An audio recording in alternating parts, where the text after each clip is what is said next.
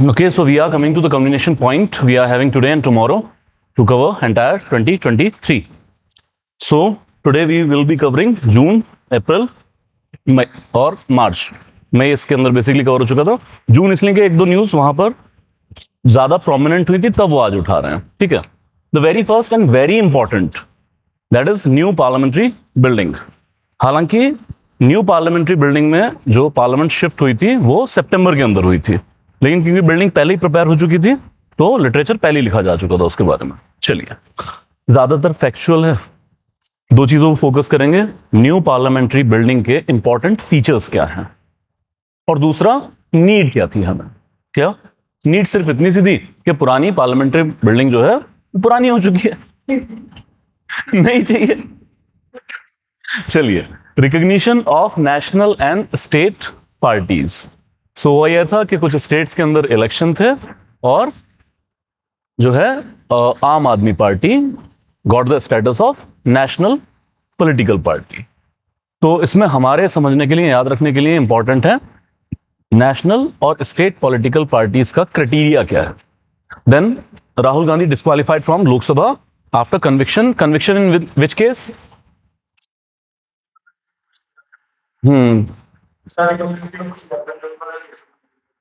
ठीक है, कौन सा केस था? डेफामेशन. डेफामेशन, ठीक है. तो उसके अंदर जो मैक्सिमम इम्प्रिजनमेंट हो सकती थी 2 साल. 2 साल की सजा हुई, लेकिन फिर representation of peoples act section 8 clause 3 ये कहता है कि जिस भी लेजिस्लेटर को किसी क्रिमिनल केस में 2 साल या उससे ज्यादा की सजा हो जाएगी, ही और she will be disqualified as a legislator. तो डिस्क्वालिफाई भी हो गए थे. क्या? तो section 8 clause 3 that is important. Then election commission and party symbol. ये करंट अफेयर में इस वजह से था क्योंकि शिवसेना बाइफरकेट हो गई थी. तो जो शिवसेना है ट्रेडिशनली, उससे वो एकनाथ शिंदे गुट था, वो बाहर आ गया था. तो इनमें एक लड़ाई ये चली थी कि ओरिजिनल शिवसेना कौन सी है, और फिर शिवसेना का जो बो एंड एरो का पार्टी सिंबल है वो किस ग्रुप को मिले. तो ये सारी पिटीशन जाती हैं इलेक्शन कमीशन ऑफ इंडिया के पास. तो हम सिर्फ इतना समझ लेंगे कि अगर कभी इलेक्शन सिंबल को लेकर डिस्प्यूट है तो इलेक्शन कमीशन किस क्राइटेरिया पे डिसाइड करता है, और उस क्राइटेरिया में चेंज की डिमांड क्यों की जा रही है. या खुद इलेक्शन कमीशन ने कहा है भाई रिप्रेजेंटेशन ऑफ पीपल्स एक्ट में इसके लिए रूल्स लिख दीजिए आप, पर वो रूल्स अभी तक लिखे नहीं गए हैं. Then we'll be covering raising ITBP strength and vibrant village programme. Vibrant village programme, this is something very important for the perspective of internal and external security. Chinese border पर हिमालयन स्टेट में हम infrastructure development कर रहे हैं, और ये भी counter है. जैसे आप देखते होंगे, आप एक्सटर्नल सिक्योरिटी पढ़ते होंगे, तो चाइना एक लेके आया था थ्योरी स्ट्रिंग ऑफ पर्ल्स. ठीक है जी. तो उसके जवाब में हमने भी भारतमाला या कुछ ऐसा प्रोजेक्ट दिया उनको. ठीक है. तो ऐसे ही ये चाइना का भी एक गेम है जिसको ये कहते हैं dual uses village. Xiaokang करके अपना उन्होंने एक टर्म भी दे रखा है कि प्रोस्पेरिटी विलेजेस हम बनाएंगे. लेकिन वो ड्यूअल यूजेस विलेज हैं, उन विलेज में कभी भी सिविलियन आबादी को हटा के वो मिलिट्री बेस के तौर पे यूज कर सकते हैं. उनका इंफ्रास्ट्रक्चर इस तरीके से डेवलप किया गया. तो हमने भी, अब हम ये कह नहीं रहे हैं ओपनली कि हम भी ड्यूअल यूजेज विलेज बना रहे हैं, हम कह नहीं सकते हैं इस तरीके से, लेकिन कहीं ना कहीं थियरी उसी तरह की है. बट हम कह रहे हैं कि नहीं सर, हम फॉरवर्ड एरिया में जो हमारी सिविलियन पॉपुलेशन है उसको ईज ऑफ लिविंग प्रोवाइड करने के लिए, स्टैंडर्ड ऑफ लिविंग प्रोवाइड करने के लिए कर रहे हैं. Then special category status, it's no. Basically ये था कि बहुत ज्यादा डिमांड उठ रही थी बिहार, आंध्र प्रदेश, ओडिशा वगैरह से, स्पेशल कैटेगरी स्टेटस हमें दे दिया जाए. गवर्नमेंट ऑफ इंडिया ने क्लियर कर दिया कि अब किसी भी स्टेट को स्पेशल कैटेगरी स्टेटस नहीं दिया जाएगा. So much so that after 2024 Lok Sabha election, जब सेंटर में सरकार बनी with support of JDU and that TDP, तो सबको लग रहा था कि बिहार और आंध्र प्रदेश की तो लॉन्ग स्टैंडिंग डिमांड है स्पेशल कैटेगरी स्टेटस की, तो सबको लग रहा था शायद अब दे दिया जाए. लेकिन उसके बावजूद सेंट्रल गवर्नमेंट ने इनकार कर दिया था कि हमारा पुराना स्टैंड ही बरकरार रहेगा. तो समझ लेंगे स्पेशल कैटेगरी स्टेटस है क्या, इसके थ्रू स्टेट को बेनिफिट क्या मिलते हैं, और फिर क्यों 14th फाइनेंस कमीशन ने इसको डन अवे कर दिया था, और वही स्टैंड 15th फाइनेंस कमीशन ने भी जारी रखा था. तो असल में फाइनेंस कमीशन ने कहा था कि अब किसी को स्पेशल कैटेगरी स्टेटस नहीं देना है. Any doubt? मतलब समझ में आ गया क्या क्या हम करने वाले हैं? ओके, मैं यहीं खत्म करें क्लास। ये सारे के सारे इंपॉर्टेंट हैं भाई, मतलब ये वो करंट अफेयर हैं जो लॉन्ग टर्म्स तक पूछे जा सकते हैं, वो स्टैटिक सा बना के पूछ लेंगे कुछ ना कुछ। चलिए, न्यू पार्लियामेंट्री बिल्डिंग, ज्यादातर फैक्ट है तो उसको थोड़ा थोड़ा नोट करते चलेंगे, डिस्कस करने वाला ऐसा बहुत ज्यादा है यहां पर। Okay, yes, just current deformation. Please write inaugurated by prime minister,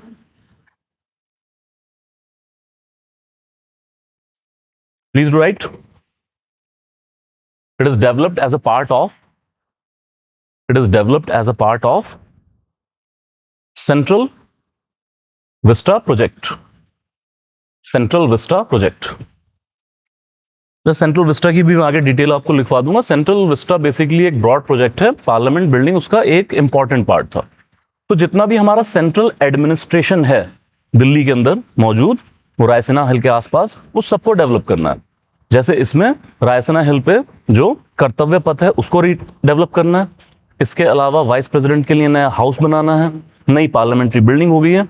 north और साउथ ब्लॉक जहां हमारा सारा का सारी मिनिस्ट्री, सारा सेंट्रल एडमिनिस्ट्रेशन था, उसको भी नई बिल्डिंग में तब्दील कर देना और उसको म्यूजियम बना देंगे, ओपन टू पब्लिक कर देंगे। तो जितना हमारा सेंट्रल एडमिनिस्ट्रेशन है उस सबका इंफ्रास्ट्रक्चर हम अपग्रेड कर रहे हैं। That is called central vista project. Clear? चलिए देखें आगे। It is located in New Delhi, directly opposite to old parliamentary building.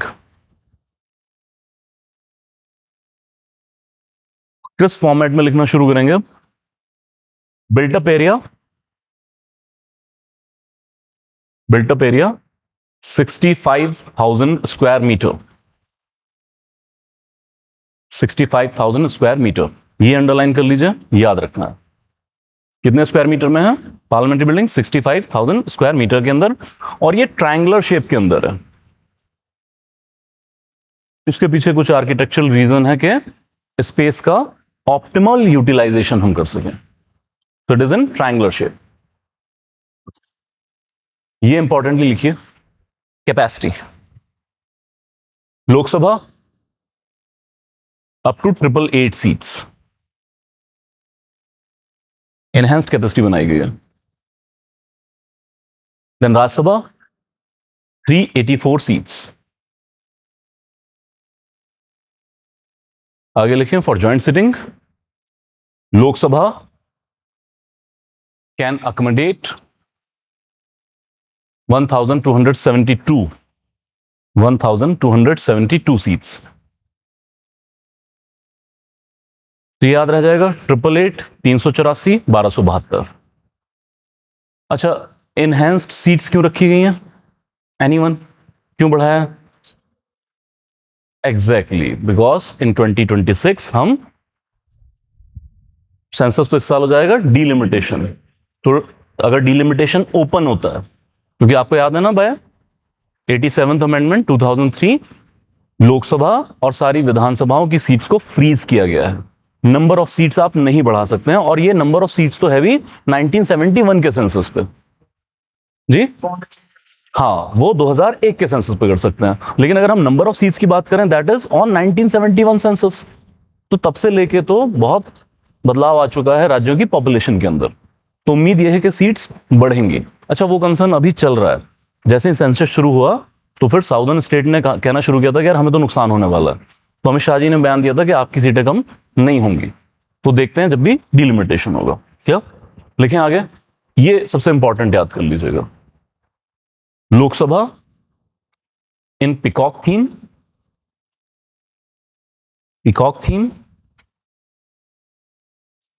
which is national bird of course, and Rajya Sabha in lotus theme.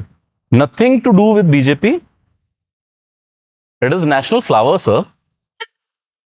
लिखो इसके साथ, नहीं तुम लोग लिखा होगा कि बीजेपी। हाँ, शुक्र है वहां ज्यादा हंगामा होता। चलिए ठीक है। तो आप देखेंगे वो जैसे मोर पंख वगैरह है ना, कलरिंग उस तरीके से की गई, कारपेटिंग उस तरीके से की गई है। पिक्टोग्राफिकली इमेज आप देख लीजिएगा, याद रह जाएगा। Okay, then please write constitution hall. This is newly added. पहले नहीं था। पहले ना एक कॉमन हॉल हुआ करता था, वो हटा दिया गया यहां से। अब उसको काफी क्रिटिसाइज किया था कि अब लोकसभा राज्यसभा का कोई मीटिंग पॉइंट नहीं रह जाएगा, बट फिर उन्होंने कहा लॉन्च वगैरह तो बना रहे हैं, वहां पे मिल लीजिएगा, क्या दिक्कत है। लेकिन अब एक बनाया गया कॉन्स्टिट्यूशनल हॉल, लिखे the state of art building symbolically and physically puts Indian citizens at the heart of democracy. मतलब this hall is dedicated to constitutional values.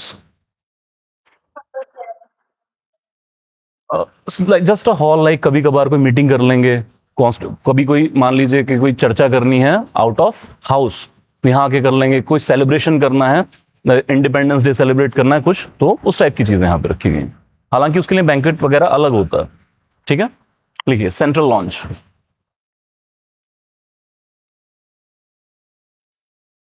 that will complement the open courtyard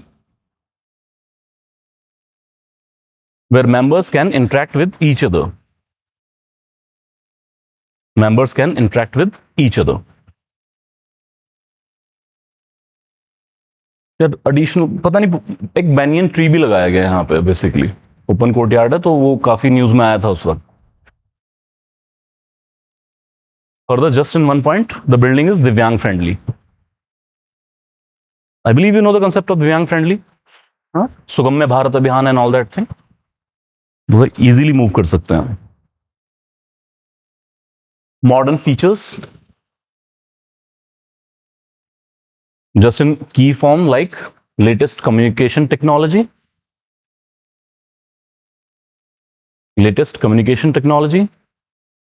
large committee rooms, audio visual equipments, and superior library experience. जैसे committee rooms होते हैं, I believe you know this thing, like parliament building के अंदर ऐसा नहीं है कि सिर्फ लोकसभा है, राज्यसभा है और ये constitution hall, multiple rooms are there. तो कमेटी रूम्स, कौन सी कमेटी रूम्स? जो पार्लियामेंट्री स्टैंडिंग कमेटीज हैं, तो उन कमेटीज को भी अपने वर्क के लिए डिफरेंट रूम्स एलोकेट किए जाते हैं, हॉल टाइप के रूम्स होते हैं। तो उनको भी मॉडर्न जो है इक्विपमेंट उससे अपग्रेड किया गया। लाइक हर मीटिंग रूम के अंदर वीडियो कॉन्फ्रेंसिंग की फैसिलिटी होगी। जैसे हाउस के अंदर भी आप देखेंगे तो अभी बहुत हद तक डिजिटलाइज कर दिया गया, वोटिंग सारी डिजिटलाइज कर दी गई। Okay, next, platinum rated green building. Platinum rated green building embodies the India's commitment towards environmental sustainability. क्या होता है ग्रीन बिल्डिंग कॉन्सेप्ट? उसको प्लैटिनम रेटिंग मिली है। ज्यादातर रिन्यूएबल रिसोर्सेज है ना, एलईडी वगैरह लगाएंगे, दूसरा हेलोजन वाले बल्ब नहीं लगाएंगे, ठीक है। वो सारा कॉन्सेप्ट यहां पर लगाया गया। चलिए ठीक है, इतने पॉइंट्स काफी हैं। Need for the new parliamentary building. एक हाँ फैक्ट लिखिए यार इसमें, अगर नोट्स में नहीं है तो भी लिखिए। The old parliamentary building was designed by Edward Lutyens बोलते हैं उसको, एडवर्ड लुटियन, लुटियंस दिल्ली सारी उन्होंने बनाई है। And baker, Herbert baker. ये पूछा जा सकता है कि पुरानी किसने डिजाइन की थी। चलिए तो देखिए इंपॉर्टेंट पॉइंट्स क्या हैं, जस्ट याद रखने के लिए, लिखने के लिए आप लिख भी लीजिएगा। बेसिकली ये है कि बिल्डिंग पुरानी हो चुकी थी और मतलब अंग्रेजों के ज़माने की बनी हुई है, तो अब जितना प्रेशर ऑफ वर्क यहाँ पर चल रहा है उसको झेलने लायक नहीं बची थी। और इसमें बहुत सारे एडहॉक ट्रांसफॉर्मेशंस किए गए थे, जैसे कहीं रिपेयर कर लीजिए, कुछ कर लीजिए। तो आप सोच सकते हैं जब ये बिल्डिंग काम कर रही होगी 1950s में 60s में, शायद एसी की तो कोई प्रोविजन ही नहीं होगी।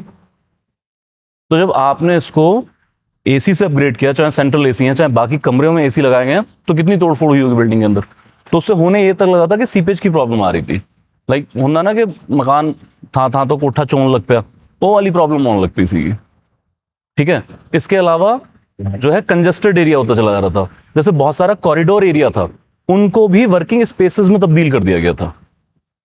तो आपके पास स्पेस नहीं है, बिल्डिंग कमजोर हो चुकी है। और उससे भी खतरनाक ये कि जब ये ओल्ड पार्लियामेंट्री बिल्डिंग बनी थी, तब दिल्ली सीज्मिक जोन 1 या 2 में आ रहा था।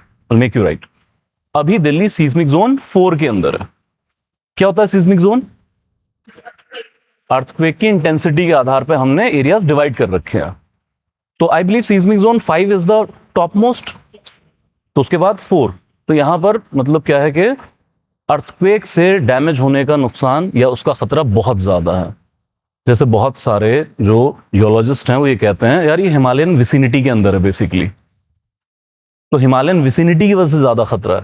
तो बहुत सारे जियोलॉजिस्ट ये कहते हैं कि एक बड़ा अर्थक्वेक हिमालयन एरिया के अंदर वो ओवरड्यू है। अब कुछ लोगों का कहना है कि अभी जब कुछ साल पहले 5-7 साल पहले नेपाल में आया था वो आ चुका है, लेकिन कुछ थियरिस्ट अभी मानते हैं कि नहीं, अभी भी ओवरड्यू है और बहुत बड़ा अर्थक्वेक ओवरड्यू है because of plate tectonics and all that thing. तो अगर वो थियरी सच हुई, वैसे तो ये हाइपोथेसिस है नॉट थियरी, तो फिर एक बड़ा अर्थक्वेक हिमालयन साइड के अंदर आएगा, तो सारा कहां तक हिट करेगा? ये सारा दिल्ली तक हिट करेगा। और दिल्ली सबसे खतरनाक इसलिए है कि इंफ्रास्ट्रक्चर बहुत वीक है वहां पर, नॉट ओनली द पार्लियामेंट, आप बाकी दिल्ली सोच के देखिए।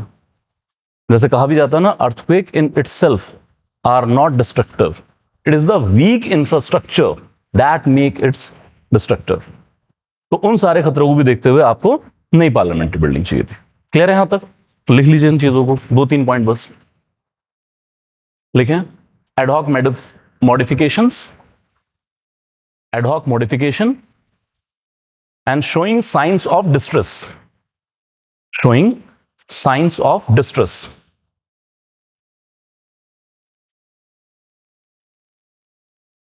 Further, safety concern. When it was built, Delhi was in seismic zone 2, not 1. Seismic zone 2. Now it is under seismic zone 4. Further, inadequate workspace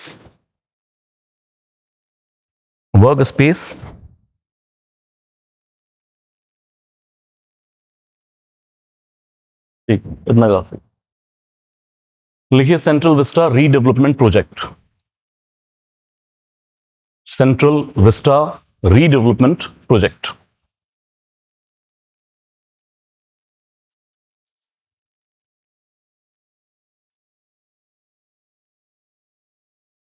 It refers to redevelopment of Central Vista, that is India's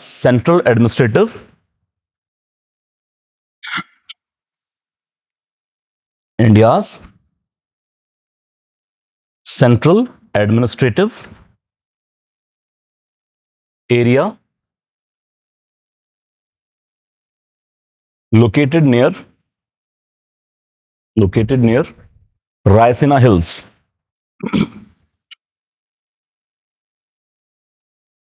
So we are having President Palace at Raisina Hill. We convene an international dialogue called Raisina Dialogue as well. Yeah, चलिए further. हाँ लिखा है इसके अंदर, नहीं उसको नहीं कर रहा, वाइस प्रेसिडेंट को नहीं। ये तो लिख चुके हैं Edward Lutyens and Herbert baker, ठीक है।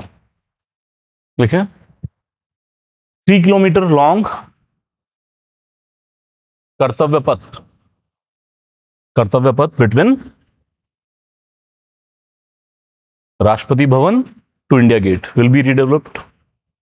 कर्तव्य पथ को पहले क्या कहते थे? तो नाम अभी चेंज हुआ ना, क्या कहते थे उसको? राजपथ, हाँ ठीक है, मुझे भी याद नहीं आ रहा। चलिए, convert north and south block is the power hub of India. Convert the north and south blocks All the ministries are here. North and South blocks. Publicly accessible museum. By creating a new common central secretariat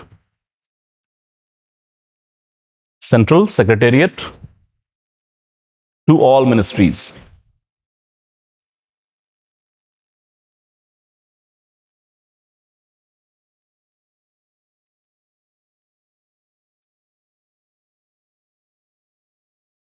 ये तो है establishing new parliamentary building.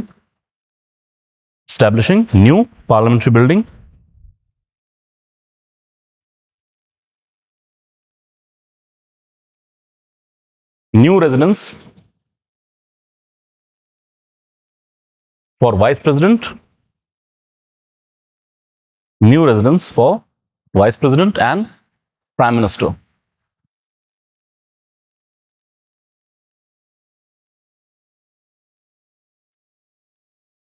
और ये जितनी जितनी पुरानी building है ना, इन सबको ज्यादातर को म्यूजियम में चेंज करते चले जाएंगे. क्लियर यहां तक? ओके. इसके बारे में बस लिख लीजिए, मुझे लगता अब पूछेंगे. 75 rupee coin was launched.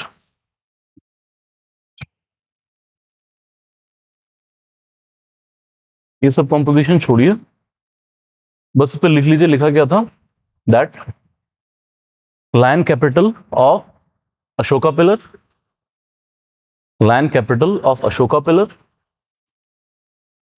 with Satyamev Jayate,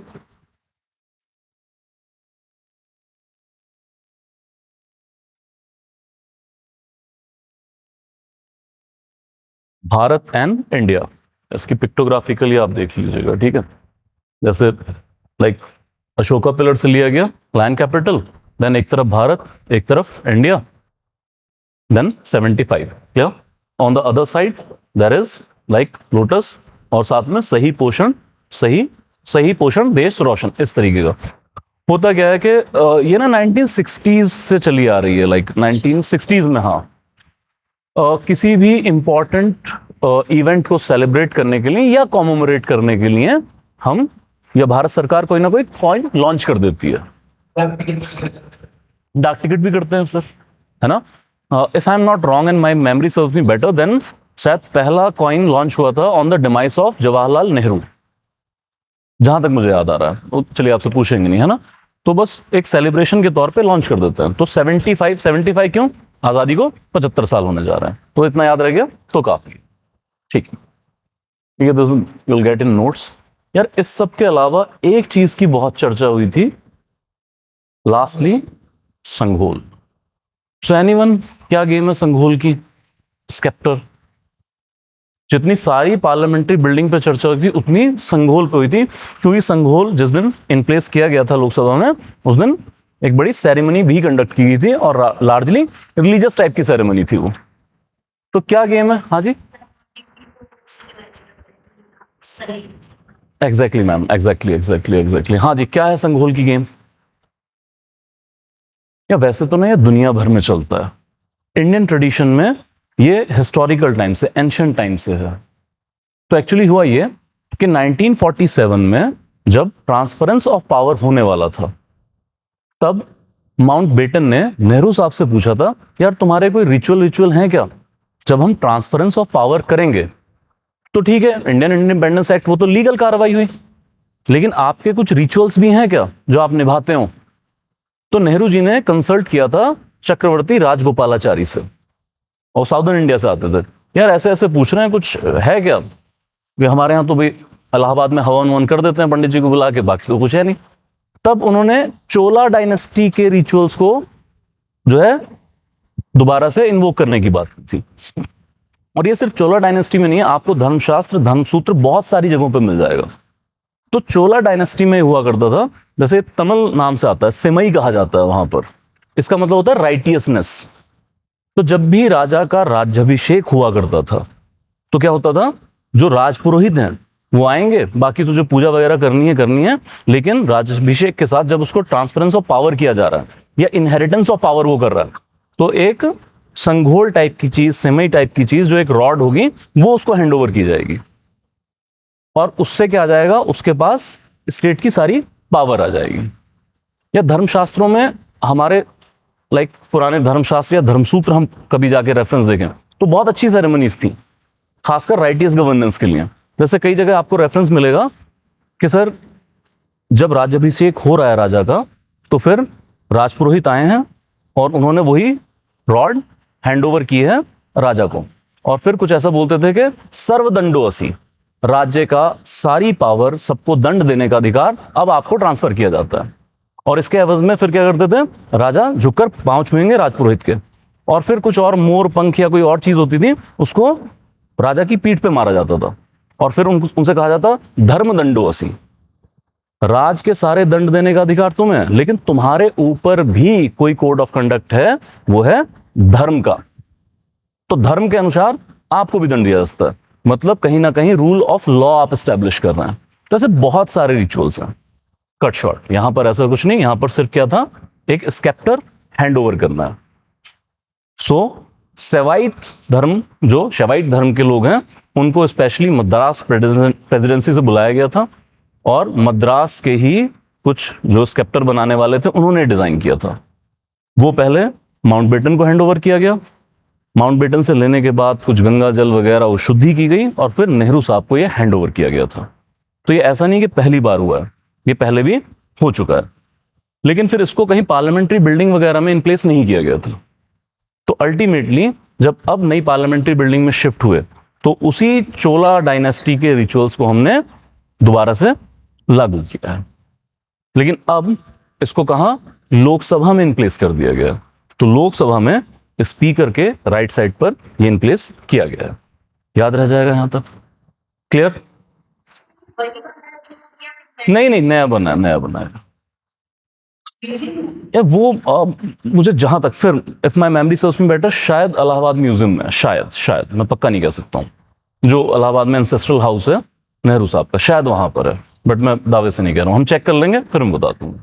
ये नया बनाया गया, और जहां तक मुझे याद आ रहा है इसकी हाइट भी ज्यादा थी, जो पुराने वाला था उसकी हाइट कम थी। क्लियर यहां तक? लिख लीजिए इसके बारे में थोड़ा सा। स्केप्टर, हाँ जी, चोला किंग से रिलेट है, not like relay race, it's not baton, it's called Sanghol.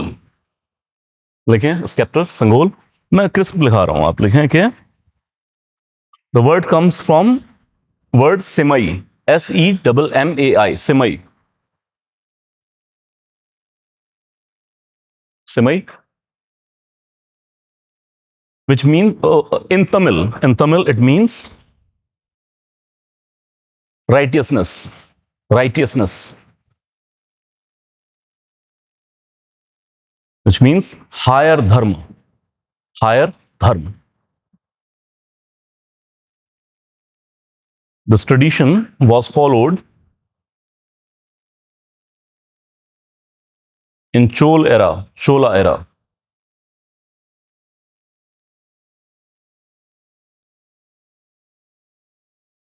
Sanghol was also presented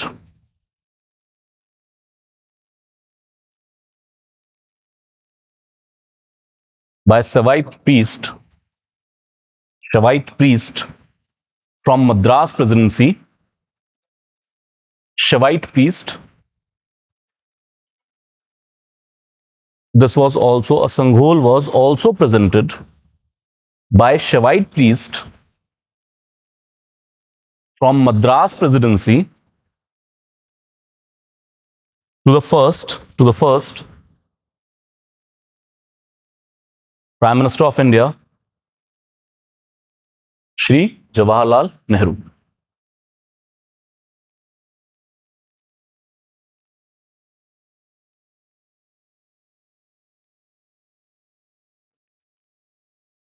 Is right now that in physical terms, Sanghol is a beautiful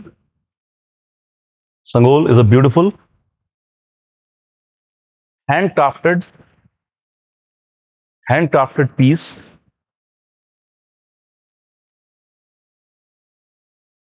designed by jewellers in Madras.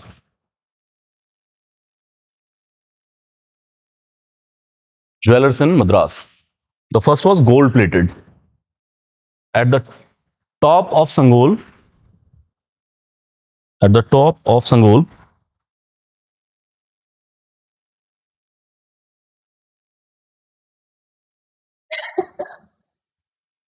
at the top of Sangol, there is a carving of Nandi. That is carving of Nandi.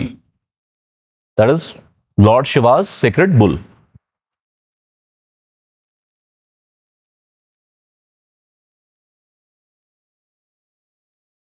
It is a symbol of transference of power.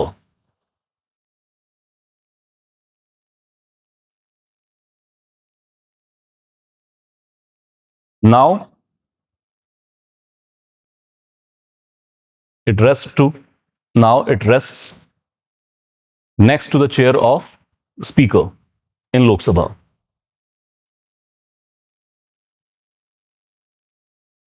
Last important point, it was handed over to PM Modi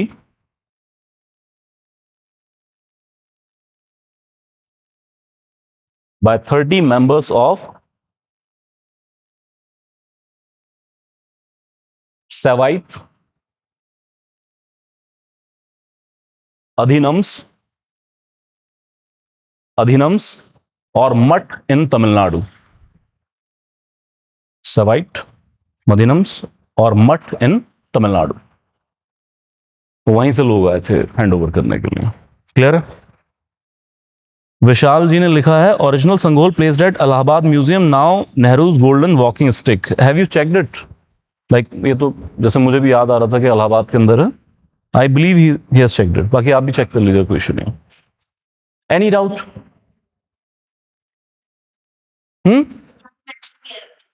अच्छा,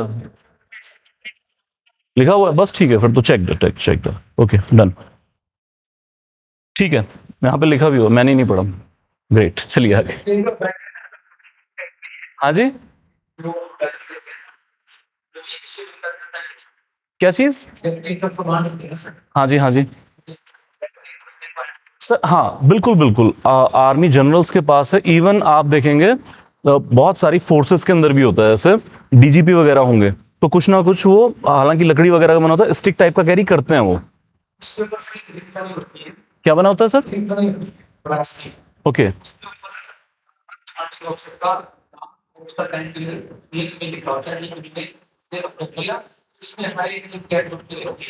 अच्छा, अच्छा, ये army chief के लिए है. Colonel and above. ठीक है, तो आर्मी में भी ट्रेडिशन फॉलो होता है. ठीक है सर. Any doubt? चलिए, we come to recognition of national or state political party. Okay, so as we discussed, आम आदमी पार्टी को मिला था नेशनल पार्टी का. तब नाउ इट कम्स टू तीन पार्टी का नेशनल, जो पार्टी का उनको रिकॉग्निशन थी वो स्नैच अवे कर ली गई थी. All India Trinamool Congress, NCP and communist party of India. ये भी लिख लीजिए. फर्दर यू कम टू अब कितनी नेशनल पॉलिटिकल पार्टीज हैं. हालांकि हमने कवर किया है ये पॉलिटी क्लास के अंदर, बट चलिए फिर से एक बार देख लेते हैं. So right now we are having 6 national political parties. Importantly Aam Aadmi party, Bharatiya Janata party, Indian national congress, BSP, CPI M, जो जिसका रिवोक किया गया वो सीपीआई है. ये CPI M Marxist. Then NPP, national people's party. National people's party इसके साथ लिख लीजिएगा, this is the first political party from north east. First political party from north east to become a national political party. Canard Sangma.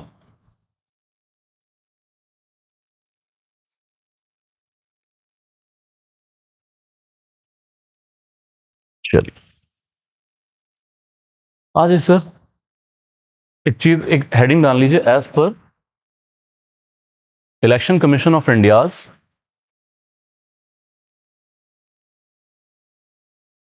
Political parties and election symbols 2019 handbook. ये rules कहां लिखे हुए हैं basically? 2019 handbook. क्या criteria चाहिए आपको?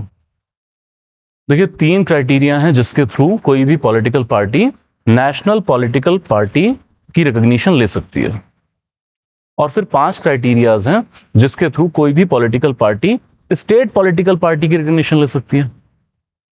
अब different type of political parties हैं। जैसे अगर हम बात करें इलेक्शन कमीशन ऑफ इंडिया, तो एक कैटेगरी है रजिस्टर्ड पॉलिटिकल पार्टी। आपने कोई पॉलिटिकल पार्टी बनाई और फिर आप इलेक्शन में पार्टिसिपेट करना चाहते हैं, आप ईसीआई के पास जाके अपने आप को रजिस्टर कर लीजिए। अच्छा, ये कोई लाजमी नहीं है कि आप रजिस्ट्रेशन के बिना इलेक्शन नहीं लड़ सकते हैं, बट ये है कि फिर आपकी पहचान, आपका सिंबल, वो सब सिक्योर रहे, तो आप ईसीआई के पास रजिस्टर कर लेते हैं।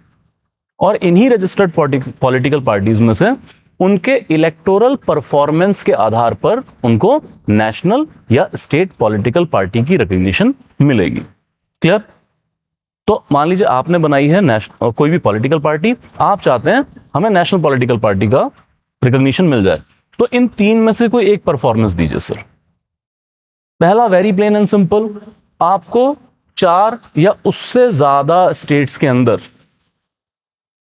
स्टेट पॉलिटिकल पार्टी की रिकॉग्निशन मिल जाए तो ऑटोमेटिक एलिवेशन हो जाएगा। आई रिपीट, 4 या उससे ज्यादा स्टेट्स के अंदर if you are recognised as state political party, then automatic elevation as national political party. Clear? Then it comes to, अच्छा स्टेट पार्टी कैसे बनेंगे वो आगे देख लेंगे। हियर इट कम्स, इन 2 में से कोई इलेक्टोरल परफॉर्मेंस दीजिए। पहली है कि जब भी लोकसभा पोल हुए तो लोकसभा पोल के अंदर आपने 6% ऑफ टोटल वैलिड वोट्स, जो कि 4 या 4 से ज्यादा राज्यों में हैं, और साथ ही में 4 एमपी आपके जीत गए, तो 6% वोट इन 4, मतलब 4 और मोर स्टेट्स प्लस 4 एमपी। कुछ पिक्टोग्राफिकल करके याद कर लीजिए। 6% वोट 4 से ज्यादा राज्यों में और साथ में 4 एमपी। मतलब कहीं ऐसे ना हो कि आपने 2 स्टेट में इलेक्शन लड़ा और वहां वोटर लिस्ट बहुत ज्यादा है ना, और वहीं से आपको 6% आ गया 3 में, तो नहीं। अगर हमें नेशनल पॉलिटिकल पार्टी, अच्छा एक चीज समझ लीजिएगा, अगर हम नेशनल पॉलिटिकल पार्टी कह रहे हैं, इसका मतलब ये नहीं है कि 28 के 28 राज्य में आपकी प्रेजेंस चाहिए, नहीं। इतना बड़ा देश है, इतनी बड़ी प्रेजेंस नहीं हो पाएगी पार्टीज की। मतलब अगर 543 सीट्स हैं, कोई भी पॉलिटिकल पार्टी 400 सीट पे भी इलेक्शन नहीं लड़ती है, उतनी रेंज नहीं है, बाकी कॉलिशंस हैं। क्या? तो सर 4 स्टेट में आपकी प्रेजेंस देख रहे हैं, 6% वैलिड वोट मिल रहा है और आपके 4 एमपी भी हैं, तो क्या हो जाएगा? सीधा नेशनल पॉलिटिकल पार्टी बना लीजिए। Then it comes to at least 2% of Lok Sabha seats in 3 states. अब 543 सीट्स हैं, इसका निकाल लीजिए 2%, आई बिलीव 11 के आसपास हुआ, ठीक है। लेकिन ये 11 एक स्टेट में नहीं, अगेन यूपी में 80 सीट है, समाजवादी पार्टी उसमें से 37 सीट उठा के ले गए हैं। लेकिन फिर अगर इस तरह से कोई पार्टी एक ही स्टेट में एक्टिव है तो आप उसको नेशनल पार्टी तो नहीं कहेंगे। तो ये जो आपकी 11 सीट्स आएंगी, ये कम से कम 3 स्टेट्स में आनी चाहिए। तो क्या पता कर रहे हैं हम? आपका कम से कम 3 स्टेट में प्रेजेंस है और आप अपने कैंडिडेट को जिता पा रहे हैं। इतना वोटर कनेक्ट आपके साथ है। तो रियल में हम यहां चाहे परसेंटेज ऑफ वोट है, चाहे विनेबिलिटी फैक्टर है, हम चेक क्या कर रहे हैं? वोटर कनेक्ट कितना है आपके साथ। तो इस आधार पे आपको मिल जाएगा national party. Plain and simple, अभी याद कर लीजिए। 4 स्टेट में स्टेट पार्टी, ये तो सबसे सिंपल है। आम आदमी पार्टी को जो रिकॉग्निशन मिली है नेशनल पॉलिटिकल पार्टी की, लार्जली ड्यू टू दिस। कहां कहां आम आदमी पार्टी स्टेट पार्टी थी उस वक्त? अच्छा मैं क्लियर कर दूं, 2024 के बाद लास्ट आई चेक्ड अभी रिकॉग्निशन की लिस्ट जारी नहीं की है, और ये लेट कर देते हैं कई बार। जैसे 2014 का इलेक्शन हुआ था, 2016 में जाके इलेक्शन कमीशन ऑफ इंडिया ने दोबारा से रिकॉग्निशन और डी रिकॉग्निशन की थी, वो 2-2 साल का टाइम ले लेते हैं कई बार ये। तो लास्ट आई चेक अभी तक अपडेट नहीं हुआ है क्या। सो जब इस करंट अफेयर की हम बात कर रहे हैं 2023 में, तो आम आदमी पार्टी वो स्टेट पार्टी इन दिल्ली, इन पंजाब, कहां हरियाणा में, क्या प्रेजेंस है। Exactly sir. और उससे पहले गोवा। एक्चुअली हुआ ये था कि अर्लियर दिल्ली, पंजाब और गोवा में स्टेट पार्टी थे, फिर चल रहा था हिमाचल, गुजरात वगैरह के इलेक्शन। हिमाचल में तो सफाया हो गया था, तो बीच में इलेक्शन छोड़ दिया था उन्होंने। गुजरात में they manage to win 5 MLA seats और 13% वोट भी ले गए थे वहां पे। तो उससे क्या हुआ, गुजरात में स्टेट पार्टी बन गए। तो जैसे ही चौथा स्टेट आया, नेशनल पॉलिटिकल पार्टी। तो बस एग्जाम्पल के तौर पे याद रह जाएगा। क्लियर है। ये इससे पहले आम आदमी पार्टी बड़ा क्लासिक एग्जाम्पल है। जैसे वो ये था कि अगर आप 2014 के इलेक्शन याद करें, 2014 के इलेक्शन में आम आदमी पार्टी ने 400 से ज्यादा सीट पे अपने कैंडिडेट खड़े कर दिए थे। मैंने अभी कहा इतनी सीट पे कोई पार्टी इलेक्शन नहीं लड़ती है। और अरविंद केजरीवाल साहब ने अनाउंस कर दिया था कि जहां से नरेंद्र मोदी इलेक्शन लड़ेंगे वहां से इलेक्शन लड़ूंगा, ओपन, कहीं आ जाओ। ठीक है भाई, पहुंच गया और जाके कह दिया मुझे तो मां गंगा ने बुलाया। वो कुमार विश्वास को भेज दिया राहुल गांधी के खिलाफ लड़ने अमेठी, मल्टीपल जगह सीधे स्टॉलवर्ड से टक्कर ले रहे थे। 400 से ज्यादा सीट पे कैंडिडेट खड़े किए और 400 से ज्यादा सीट पे ही इनकी जमानतें जब्त हुई हैं। जमानत जब्त होना मतलब एक होता है हारना, एक होता है बेइज्जत हो गया हारना। 1/6 ऑफ वोट भी आप अचीव नहीं कर पाए। लेकिन इनकी बात सिर्फ एक स्टेट को समझ आई थी। कौन सी थी? हाडा पंजाब। 4 MP दिए थे sir, 4 MP, single state. But हुआ क्या कि ठीक है आपने 4 MP तो जिता लिए, लेकिन साथ में आपको चाहिए था 6% वोट इन 4 स्टेट्स। और मैं पहले कह चुका हूं जमानतें जब्त होंगे, 6% वाला क्राइटेरिया अचीव नहीं हुआ था। तो जस्ट एग्जाम्पल से याद रह जाए तो याद कर लीजिएगा। Any doubt, any doubt, any doubt? Clear यहां तक? चलिए, स्टेट पार्टी लिख लिया था आपने? लिख लिया था ऑनलाइन? ठीक है, आ जाइए। स्टेट पार्टी पहला लिखें। देखो दो आपको अब हमने बना रखी है पॉलिटिकल पार्टी, अब हमें बनना है स्टेट के अंदर। बात देखेंगे नेशनल। 2 बार मौका मिलेगा, एक बार जब MLA का इलेक्शन होगा, मतलब लेजिस्लेटिव असेंबली का इलेक्शन हो रहा है स्टेट में, और दूसरी बार जब हमारे स्टेट के अंदर MP का इलेक्शन हो रहा है। क्या? सीधी सी गेम है। 6% vote 2 MLA, 6% vote 1 MP, that's it. आपको परसेंटेज ऑफ वोट भी चाहिए और आपको विनेबिलिटी फैक्टर भी चाहिए। अभी रट्टा मान लीजिए, 6% वोट 2 MLA, मतलब कपल्ड विद कम से कम आपके 2 MLA उससे ज्यादा जीते हैं और 6% वोट भी आया। जैसे मैंने गुजरात का एग्जांपल दिया आम आदमी पार्टी का भी, जब वो नेशनल पार्टी बने हैं 5 MLA उठा लिया उन्होंने, मतलब जिता लिया उन्होंने, और साथ में 13% वोट ले लिया था। तो गुजरात में स्टेट पार्टी। क्या?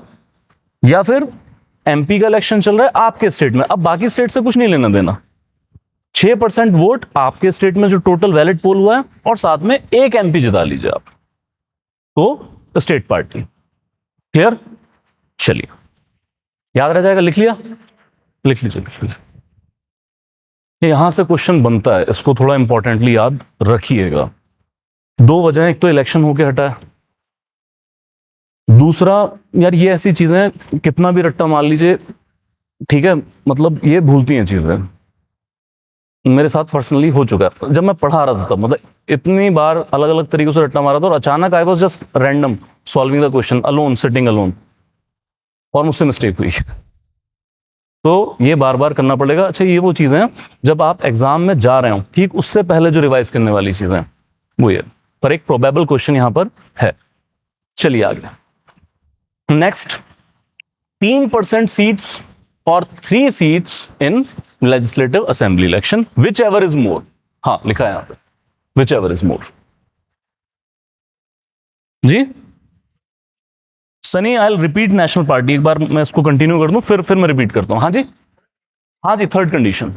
ये सब और है, पहली अचीव कर लो, दूसरी कर लो, वो नहीं हो रहा ये कर लो, वो नहीं हो रहा ये कर लो। लिखिए 3 सीट्स और 3% of seat which ever is more in legislative assembly election. या तो 3 सीट जीत जाओ, या जितनी भी आपको एमएलए की सीट एलोकेटेड है इन विधानसभा, उसका 3% जीत जाओ, जो भी आपके राज्य में ज्यादा नंबर बनता है। नाउ पंजाब में है 117 सीट्स, यहां 3 ज्यादा है या 3% ज्यादा है? 3%। तो पंजाब में क्या लागू होगा? 3%। कम टू हरियाणा 90 सीट्स, 3% ज्यादा है, 3 ज्यादा है? 3 ज्यादा है। यार सिंपल गेम है, जहां 100 से कम सीट्स हैं वहां 3 है, जहां 100 से ज्यादा है वहां 3% है। बट क्योंकि लिख दिया गया, हमें याद इस तरीके से करना पड़ेगा, 3% or 3 seats, whichever is more in legislative assembly elections. क्या? चलिए देन हर 25 एमपी की सीट के रेशियो में एक जीत लीजिए, और यहां पर वोट का कोई काउंट नहीं है। मतलब आपके स्टेट को एमपी की जितनी भी सीट एलोकेट हुए हैं, हर 25 के रेशियो में एक सीट जीत लीजिए आप। अब ये रेशियो प्रोपोर्शन की गेम है। जैसे पंजाब में तो है ही 13, 25 तो है ही नहीं, बट एक वाला फॉर्मूला यहां लग जाएगा फिर। क्या? वो आधी सीट तो कुछ होती नहीं है ना। ऐसे ही यूपी में 80 है, तो हर 25 के रेशियो में एक। तो बस इतना याद रखिए, 25:1। ये भी अगर पिक्टोग्राफी के लिए याद रह गया तो भी क्लियर है। 25:1। आपके स्टेट को जितनी Lok Sabha, I am saying Lok Sabha, please remindful, Lok Sabha की जितनी सीट एलोकेटेड है, हर 25 के मुकाबले एक जीत लीजिए आप। एंड लास्ट, देखिए अब तक आपने जहां पर भी परसेंटेज ऑफ वोट्स देखी है, हर जगह गेम 6% पे है। चाहे आप नेशनल पार्टी काउंट कर लीजिए, चाहे state party. Like okay, we check this thing. 6% valid votes, 2% तो सीट है, वोट नहीं है। Okay come here, 6% valid vote, 6% valid vote, ठीक है जी, ये भी सीट है। एक ही जगह है, एक ही जगह है जहां पर 8% वैलिड वोट डिसाइड। और ये ऐसा है कि आपके यहां चाहे हुआ असेंबली इलेक्शन, चाहे हुआ आपके यहां लोकसभा इलेक्शन, आपका कैंडिडेट चाहे एक भी ना जीता, लेकिन आपके पॉलिटिकल पार्टी जितने भी कैंडिडेट आपने खड़े किए थे, उन सब के मिला के आपके स्टेट में 8% वोट आपको मिल गया। क्या? तो भी आपको स्टेट पार्टी बना दिया जाए। क्लियर है? अब यार ये मतलब इस तरह से मैंने ठीक है बता दिया, लेकिन कुछ ना कुछ मैकेनिज्म बना के इसको याद रखिएगा। जैसे आपको कहीं वो कंफ्यूज करेंगे तो नंबर्स में कंफ्यूज करेंगे। जैसे एक तो अभी डिसाइड कर लें, अगर आपसे कभी भी वो ऑप्शन में पूछें कितने % वैलिड वोट, तो it is either 6% coupled with seats. जहां पे भी परसेंटेज ऑफ वोट है वो 6% ही है कपल्ड विद सीट, और सिर्फ एक जगह वो 8% है डीकपलिंग द सीट्स। तो अगर वो 4% वैलिड वोट कहीं डाल दें, वो तो वैसे ही गलत होगी ऑप्शन। 2% सीट की जगह 2% वैलिड वोट लिख दें, वैसे ही गलत होगी ऑप्शन। तो कुछ ना कुछ इन्हीं नंबर्स में आप अपना कुछ बेसिक प्रिंसिपल्स बनाएंगे, तो एलिमिनेशन के थ्रू भी क्वेश्चन सॉल्व हो जाएगा। Any doubt please ask. Online? Okay Sunny, repeat. National political party, 4 states के अंदर आप स्टेट पॉलिटिकल पार्टी हैं, तो ऑटोमेटिक एलिवेशन जो आम आदमी पार्टी गुजरात के बाद। देन इट कम्स टू, या तो आप 6%, मतलब टोटल क्या है 6% वैलिड वोट्स जो 4 स्टेट्स में आने चाहिए, एक स्टेट में नहीं, और साथ में क्या होगा 4 एमपी भी आपके जीते हैं। And then comes 2% of total seats in Lok Sabha, कम से कम 3 स्टेट्स में। आई रिपीट, लोकसभा की जो टोटल स्ट्रेंथ है 543, उसके 2% सीट्स आपने जीतनी है, लेकिन एक में नहीं, कम से कम 3 स्टेट या 3 से ज्यादा स्टेट जीती है। क्लियर है सनी? 8% वाला दस्यो स्टेट पार्टी था। आपने लड़ा पंजाब में इलेक्शन, आपने पॉलिटिकल पार्टी बनाई थी, आपने 50 सीट, 60 सीट, 70 सीट, जितनी भी सीट पे कैंडिडेट खड़े करने थे कर दिया। अब चाहे आपकी पॉलिटिकल पार्टी का एक भी कैंडिडेट नहीं जीता है, 0 सीट्स, लेकिन आपके जितने भी कैंडिडेट हैं उनको कुछ तो वोट पड़े होंगे। अगर वो सारे वोट का हम जोड़ निकालें और जितने भी वोट स्टेट में वैलिड पड़े हैं उसका अगर 8% आपको मिल गया, तो हम ये तो मानते हैं कि इस स्टेट के जो भी वोट करने गए थे उसके 8% लोग आपसे कनेक्ट करते हैं। वोटर कनेक्टिविटी तो देखनी है, तो ultimately you will be recognised as state political party. Any doubt online please?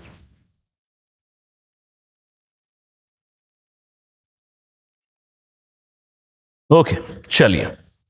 अबे ठीक है, ये सब हो गया, नेशनल पार्टी मिल गया, स्टेट पार्टी मिल गया, कुछ फायदा भी होता है क्या इसका?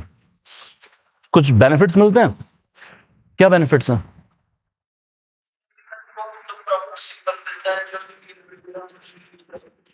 हाँ, गुड वन, ये भी है क्योंकि रूल में लिखा है वो। Very good, very good, very good. दूसरी पार्टी से डबलिंग है इनका। और स्टार कंपेनर की गेम होती है। स्टार कंपेनर का फायदा क्या होता है? स्टार कंपेनर की जो रैलीज हैं उसका एक्सपेंस इलेक्टोरल एक्सपेंस में नहीं जोड़ता है, and they are celebrities of course. हाँ जी,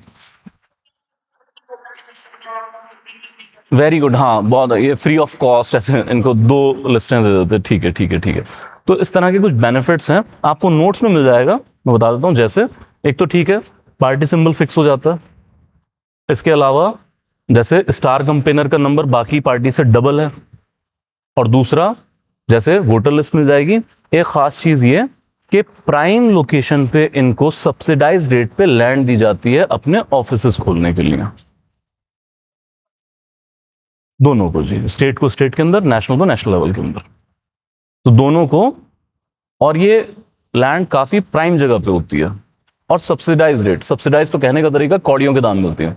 तभी आप देखेंगे जितनी भी नेशनल या इंपॉर्टेंट पॉलिटिकल पार्टीज हैं, बहुत प्राइम लोकेशन पे इनके ऑफिस खुले होंगे।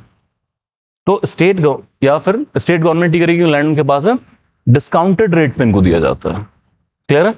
इसके अलावा इलेक्शन के टाइम पर दूरदर्शन और ऑल इंडिया रेडियो पर इनको टाइम स्लॉट्स दिए जाएंगे जिसमें ये अपनी फ्री पब्लिसिटी कर सकते हैं। उसके लिए पे करने की जरूरत नहीं होती है। इस तरह के कुछ बेनिफिट इनके पास हैं। या जैसे अगर रिकॉग्नाइज पॉलिटिकल पार्टी के कैंडिडेट की डेथ हो जाए इलेक्शन से ठीक पहले, तो इनको टाइम दिया जाता है कि आप फिर से अपना कैंडिडेट फील्ड कर दीजिए। शायद इलेक्शन भी काउंटरमेंट हो सकते हैं, मैं नहीं कह रहा हूं होंगे ही होंगे, हो सकते हैं। तो इस तरह के बेनिफिट कुछ मिलेंगे रिकॉग्नाइज्ड पॉलिटिकल पार्टीज को। Any doubt? नोट्स में मिल जाएगा, उसको पढ़ लीजिएगा। चलिए, Rahul Gandhi disqualified from Lok Sabha. I believe you all know, काफी उस वक्त चर्चा के अंदर था। डेफामेशन का सूट फाइल किया गया था। क्या किया था इन्होंने? गुजरात के अंदर एक इलेक्शन रैली थी और वहां पर इन्होंने कुछ नाम लिए जो हमारे यहां से इकोनॉमिक फ्यूजिटिव ऑफेंडर्स हैं, जो हमारे यहां से घोटाले करके बाहर चले गए और भावनाओं में बह गए और कहते, जैसे 2-4 नाम लिए, मैं क्यों लूं, मैं पर्चा करवाऊं क्या? जैसे नीरव मोदी है ना, 1-2 और नाम ऐसे लिए। हाँ जी, नहीं, मोदी वाले कुछ नाम लिए इन्होंने, जैसे जी जी, जैसे जिन्होंने आईपीएल शुरू करवाया था, ललित मोदी, नीरव मोदी, तो ऐसे और 2-4 नाम ले लिए होंगे। और फिर कम्युनिटी टारगेट कर दिया, बल्कि जुमला ये था कि ये सारे चोर मोदी नाम के क्यों होते हैं, ऐसा कुछ जुमला था। तो कह के निकल लिए। नरेंद्र मोदी जी तो आपको पता ही है, अहिंसक आदमी है, प्यारे इंसान है, वो तो पर्चा वर्चा करते नहीं है, उन्होंने नहीं किया। गुजरात से ही मोदी कम्युनिटी के पर्सन उठे और उन्होंने कहा यार ठीक है, आप मोदी जी को क्रिटिसाइज करना चाहते हो, बट आप नरेंद्र मोदी को क्रिटिसाइज करना चाहते हो। सारी मोदी कम्युनिटी को डिफेम करने का क्या मतलब? आपने चोर कह दिया सारी कम्युनिटी को। क्लियर? इसके ऊपर कर दिया डेफामेशन का सूट फाइल। डेफामेशन के केस में मैक्सिमम इंप्रिजनमेंट है 2 साल का, उससे ज्यादा सजा हो ही नहीं सकती है। अंडर आईपीसी चल रहा था, बीएनएस में भी उतना ही है, 2 साल ही है। और जज साहब ने इनको एग्जैक्ट 2 साल की सजा की। जैसे ही इनको सजा हुई, immediately he was disqualified as Lok Sabha MP. क्यों है ये चीज? क्योंकि फिर section 8 clause 3 of RP act, representation of peoples act 1951, लिखवा दूंगा मैं आपको। इसमें गेम ये है कि अगर कोई भी legislator, that can be MLA और एमपी, उसको किसी भी क्रिमिनल केस में 2 साल या उससे ज्यादा की सजा हो जाए, that legislator will be immediately disqualified. हाँ जी, डेफामेशन अंडर आई, देखिए डेफामेशन में समझा देता हूं, अगर आप लॉ ऑफ टॉर्ट्स में करें वो क्रिमिनल नहीं है, उसमें आप डैमेज क्लेम करते हैं, लेकिन आईपीसी में ये क्रिमिनल केस है सर। सर सजाएं होती क्रिमिनल केस के अंदर है। क्रिमिनल, आज भी क्रिमिनलिटी में बात कर लूंगा डेफामेटरी लॉस के ऊपर भी, ठीक है। 2 साल या उससे ज्यादा की सजा हो जाए, इमीडिएटली डिस्क्वालीफाई है, और साथ में 6 साल और इलेक्शन नहीं लड़ सकता है। पहले अपनी सजा काटी है, 6 साल का कूलिंग ऑफ पीरियड और है। तो अगर ये सजा बरकरार रहती तो राहुल गांधी जी 8 साल के लिए पॉलिटिकल एग्जाइल के अंदर थे। मजा इसका इस बात में है कि 2 साल की सजा मैंडेटरी नहीं है, बल्कि डेफामेटरी लॉस के अंदर under IPC up to 2 years और फाइन, तो सिर्फ फाइन करके भी छोड़ा जा सकता, अप टू 2 years, उसमें 1 दिन 2 दिन कितने, तो अगर इनको साल में होते हैं 365 दिन, अगर इनको 1 साल और 364 दिन की भी सजा हुई होती ना, तो भी ये डिस्क्वालीफाई ना होते। क्यों? डिस्क्वालिफिकेशन तब है जब 2 साल या उससे ज्यादा की सजा, मैक्सिमम इंप्रिजनमेंट दे दिया गया। मैं जो कहना चाहता हूं वो तो समझ में आ ही रहा होगा ना। So ultimately he was disqualified. लेकिन सवाल मेरा एक ही है, चलिए घटना आपको समझ में आ गई है, लॉज हम लिख लेंगे सारे के सारे, बट यार राहुल गांधी ने तो इलेक्शन लड़ लिया, और भाई तो दोनों सीटों पे जीत के आया इस बार। हाँ जी,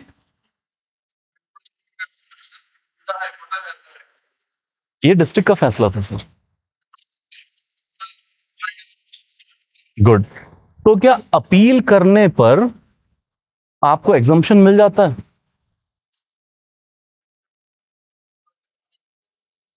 क्योंकि ये लीगल पॉइंट है, तभी तभी मैं जानना चाह रहा हूं। असल में गेम यही है, क्या अपील अगर मैं कर दूं जाके तो मुझे एग्जम्पशन मिल जाएगा? क्योंकि ये पहले मिलता था। सुनिए, ये सारा लॉ लिखा गया, इसको अब कवर कर लेते हैं। सेक्शन 8 क्लॉज 1 क्लॉज 2 में भी इस तरह की चीजें लिखी हुई हैं कि मॉरल टर्पिट्यूड का क्राइम करेंगे, animosity between the community, dowry, sati, इस सबसे कोई रिलेटेड क्राइम होगा तो मेयर कन्विक्शन पे डिस्क्वालिफिकेशन है। इंपॉर्टेंट है क्लॉज 3 जहां क्रिमिनलिटी को बाहर किया गया है। इसी में कभी हुआ करता था सेक्शन 8, इसी का क्लॉज 4, ये अच्छे से समझ लीजिए। क्लॉज 4 ये कहता था कि अगर कोई भी सिटिंग लेजिस्लेटर, उसको ये 2 साल या उससे ज्यादा की सजा हो जाए और वो 3 महीने के अंदर अंदर अगर अपील फाइल कर दे, सिर्फ on filing of appeal, disqualify नहीं होगा। आई रिपीट, अगर कोई भी कन्विक्टेड लेजिस्लेटर 3 महीने के अंदर अंदर अपने केस में अपील फाइल कर दे, जजमेंट नहीं आया अभी ऊपर से, सिर्फ अपील फाइल कर दिया, तो भी उसका डिस्क्वालिफिकेशन नहीं होगा। तो अल्टीमेटली ये सेक्शन 8(3) ये रिडंडेंट पड़ा है। मैं एक लेजिस्लेटर हूं, मुझे हुई सजा, अपील फाइल करने में कितना वक्त लगेगा मुझे? 3 महीने तो लगते भी नहीं है।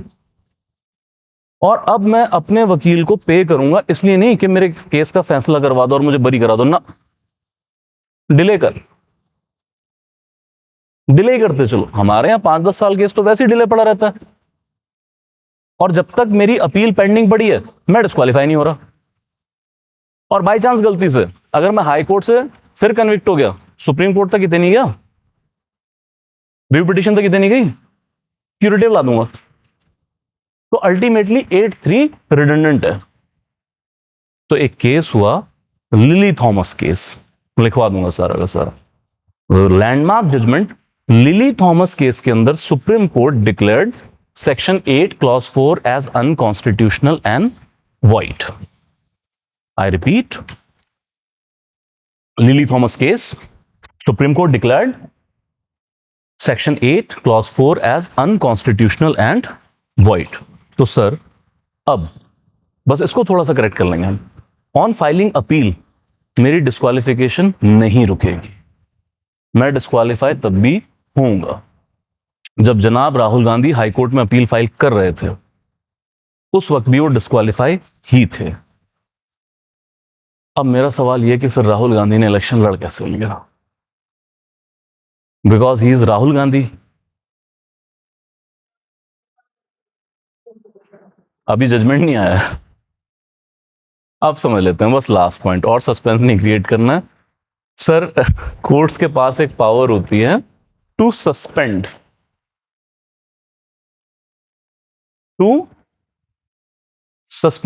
The conviction. हायर कोर्ट सजा को सस्पेंड कर सकते हैं।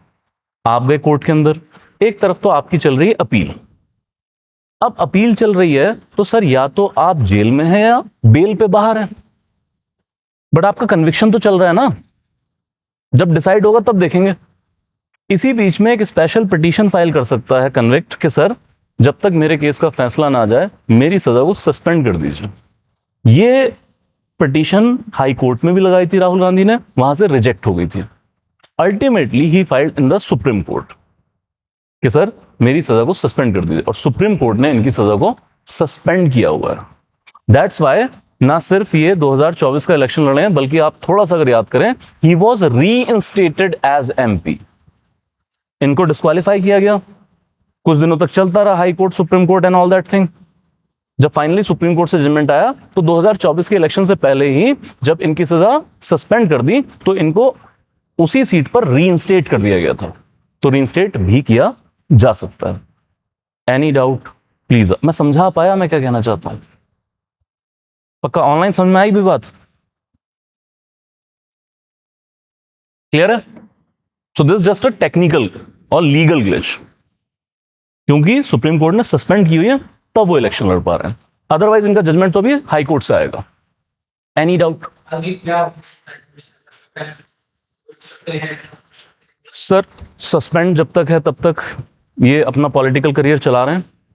हाई कोर्ट से अगर जजमेंट आ जाता है, अब या तो उसमें ये बरी हो जाएं, होते हैं लोग, जयललिता मैम हुई थी, और या फिर इनकी कन्विक्शन कम हो जाए तो भी डिस्क्वालिफिकेशन नहीं होगा। हाँ जी, और अगर 2 साल की बरकरार रही तो फिर सर सुप्रीम कोर्ट जाएंगे, फिर सुप्रीम कोर्ट में सस्पेंशन की पिटीशन डालेंगे, चलता रहेगा। क्लियर? या फिर मोदी से बात कर लें, इतना ही है। आजकल मीटिंग्स में वैसे ही मिल रहे हैं। अभी 2-4 दिन पहले सीबीआई के डायरेक्टर की मीटिंग हुई है, तो बस बात करके पाजी गल करनी सी। कितना टाइम लगता है सर? हाँ जी,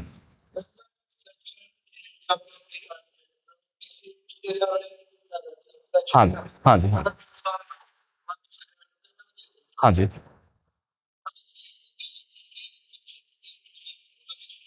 नहीं लड़ सकता सर, नहीं लड़ सकता। सर वो कन्विक्शन वाले नहीं होते हैं। अगर कोई अंडर ट्रायल प्रिजनर है वो लड़ सकता है, कन्विक्शन वाला नहीं लड़ सकता, कोई नहीं लड़ सकता। जी हाँ, दोनों के ऊपर लागू है। आई रिपीट, अगर कोई लेजिस्लेटर है उसको सजा होगी, ये तो डिस्क्वालीफाई हो जाएगा। और अगर कोई नॉन लेजिस्लेटर है, कोई भी आम बंदा है, उसको 2 साल या उससे ज्यादा की सजा हो गई है, तो वो इलेक्शन नहीं लड़ सकते हैं। लालू साहब कहां लड़ रहे हैं इलेक्शन? कन्विक्टेड है। जी हाँ, कन्विक्टेड है, तो इलेक्शन नहीं लड़ सकता। तो आम बंदा भी नहीं लड़ सकता। सिविल में सजाएं नहीं होती है सर, सिविल का कोई इशू नहीं है, कोई इशू नहीं, सिर्फ क्रिमिनलिटी। सर कैपिटल पनिशमेंट दे सकता? नहीं नहीं नहीं, समझें इसको, समझें इसको। हर कोर्ट के अंदर ना, जैसे हर ऑफिस में आप हायरार्की देखते हैं यार, पुलिस की हायरार्की तो बड़ी विजिबल है ना, एसआई साहब है ना, इंस्पेक्टर, एसएचओ, सर्कल, हर एक का अपना जोन ऑफ इन्फ्लुएंस है, जोन ऑफ पावर है। कि वो उतनी अथॉरिटी एक्सरसाइज कर सकते हैं, ऐसे ही कोर्ट्स के अंदर भी स्ट्रिक्ट हायरार्की है. There will be junior division, जिसमें judicial magistrate second class, judicial magistrate first class है. ठीक है जी. फिर सीनियर डिवीजन आ जाएगी, डिस्ट्रिक्ट जज आएगा, डिस्ट्रिक्ट एंड सेशन जज आ जाएगा. तो यहां पर भी हायरार्की है. तो हम कह देते हैं कोर्ट, अक्सर हमें कोर्ट नजर आता है पूरा का पूरा बिल्डिंग, लेकिन हर कमरा, हर जज का एक चेंबर, वो अपने आप में कोर्ट है. चेंबर नहीं मतलब कोर्ट जो उनका प्रमाइस है. तो हर एक की पावर लिमिटेड है. जैसे जूनियर डिवीजन की जो भी मैंने बात की है, उनके लिए जुरिस्डिक्शन तय होती है कि अगर आपका सिविल केस है तो इतना प्रॉपर्टी का अगर मसला है तो आप इतने लाख से ऊपर का केस नहीं लेंगे, आप ये वाले क्रिमिनल केस ले लेंगे, इससे ऊपर का नहीं लेंगे. फाइनली जैसे आपने कभी सुना होगा, murder and attempt to murder का केस सिर्फ सेशंस जज की कोर्ट में चलता है और किसी कोर्ट में नहीं चलेगा. तो उसी कोर्ट में हायरार्कीज हैं सर. ये होते सब ये बैठते कहां? डिस्ट्रिक्ट कोर्ट के अंदर ही बैठते. क्या? चलिए. और सेशन जज के पास तो फिर कैपिटल पनिशमेंट तक की power. Any doubt? Please ask, please ask. Clear है यहां तक? लिखिए फिर उसको. गेम सारी समझ में आ गई ना अच्छे से?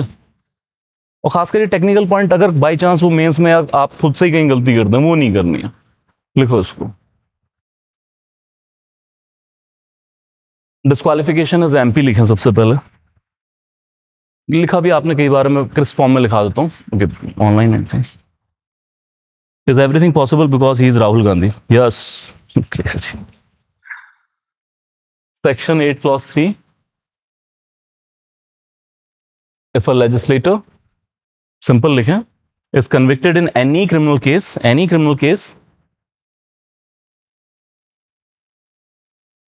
for 2 or more years,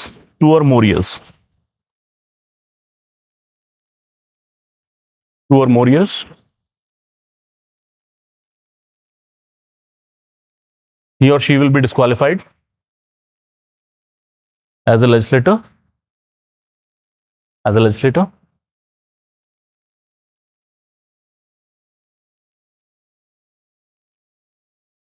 For the conviction period, and also for 6 years, after sentence. ये 6 ईयर उसके ओवर एंड अबव जाके हैं. तो मान लीजिए किसी को 5 साल की सजा हुई, तो पहले अपने 5 साल काटो, फिर 6 साल ओवर एंड अबव है. चलिए लिखें. Further that earlier under section 8 clause 4,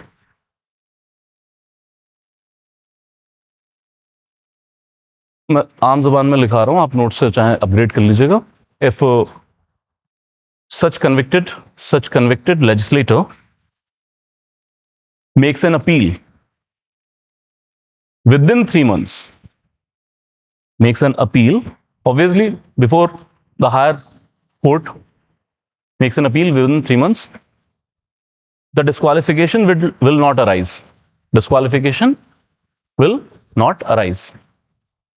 और जब तक पेंडेंसी रहेगी अपील की, तब तक डिस्क्वालीफाई नहीं होगा. Now make it very important point that in Lily Thomas versus Union of India 2013,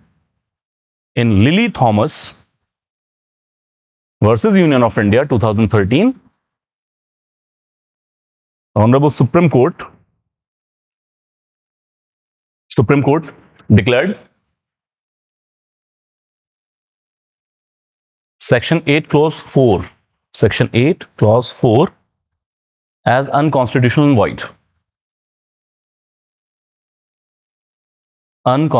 and void. क्या? चलिए. राहुल गांधी का हमें पता है. इसमें एक चीज लिख लीजिए. अच्छा, यू नो अबाउट डिफेमेशन. ठीक है. सो दोनों लिख लीजिए. लाइक नया लिखिए. 356 BNS. सेक्शन 356 भारतीय न्याय संहिता.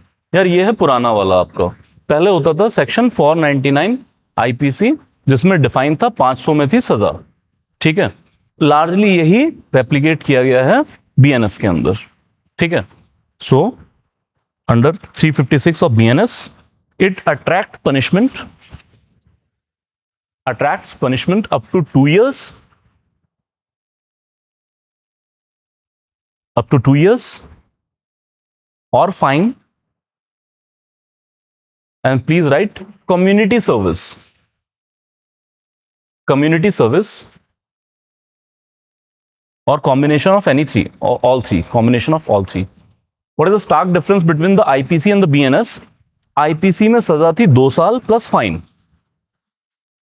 हाँ जी, अब BNS में 2 साल की सजा भी मेंटेन है, फाइन भी है, और साथ में कम्युनिटी सर्विस भी प्रोवाइड की जा सकती है. हाँ जी, नहीं, कम्युनिटी सर्विस का पीरियड तो कोर्ट डिसाइड करेगी. हफ्ता है, 2 हफ्ता है, कितना है, कोर्ट डिसाइड करती है सर.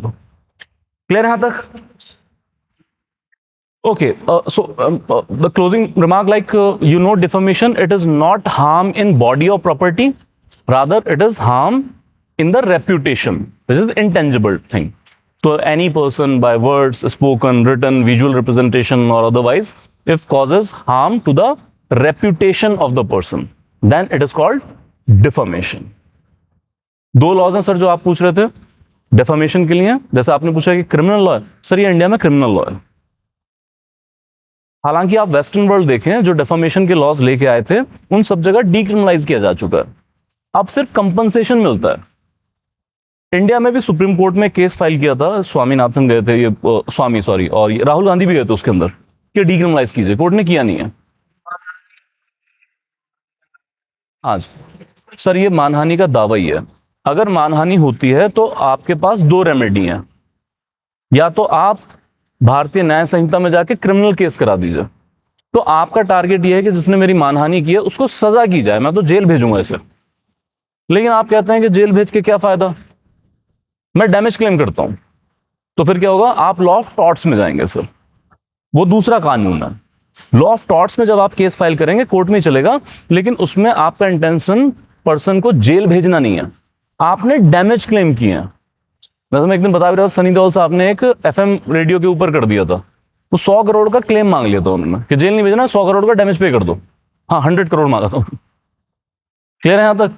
तो उसमें डैमेज क्लेम, वो नॉन क्रिमिनल लॉ है, ये क्रिमिनल लॉ है. Any doubt? Any doubt? Any doubt?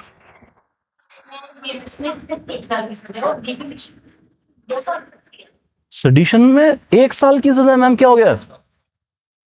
Not expecting from you minimum 7 years. Minimum 7, और बढ़ा दिए. पहले तो 3 साल की सजा और फिर LI था, अब मिनिमम 7 year है एंड LI है. मैम सेडिशन बात कर रहे हैं ना पक्का? नहीं, ऐसा नहीं है. चलिए, क्लियर है यहां तक? Any doubt? चलिए,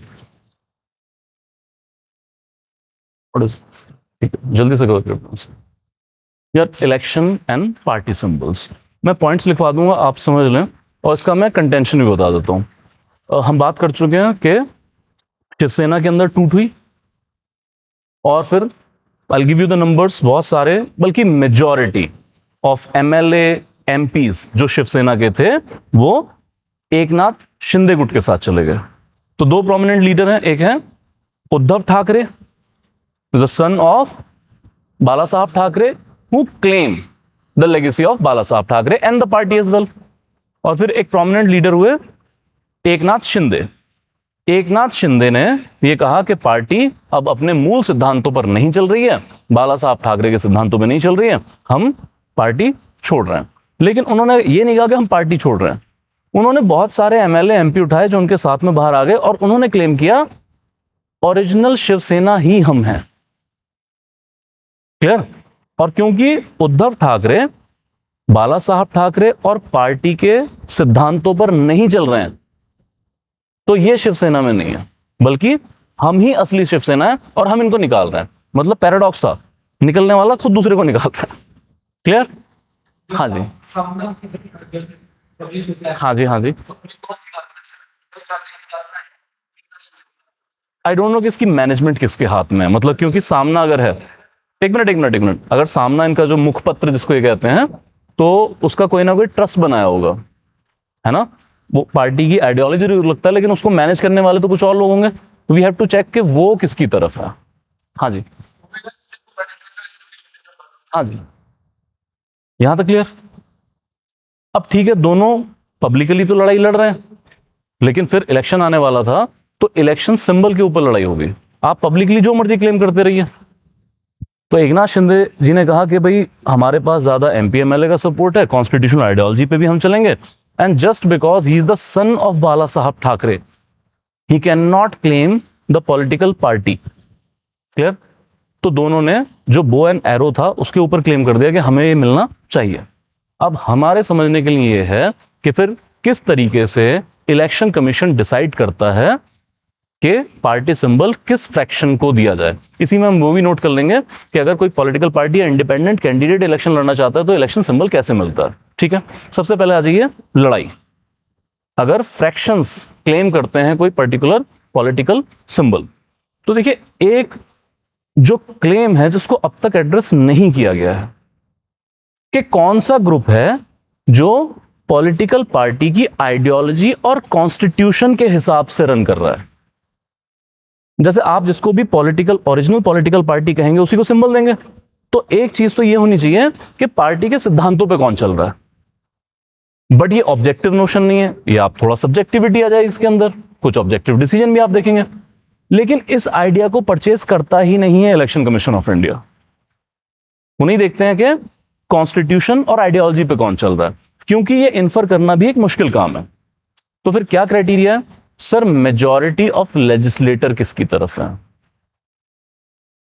अब ये भी अपने आप में फॉल्टी मैकेनिज्म है, क्योंकि party political party is not about the elected persons, it's about thousands and lakhs of कार्यकर्ता जो शायद इलेक्ट नहीं हुए हैं, एट टाइम्स करोड़ों।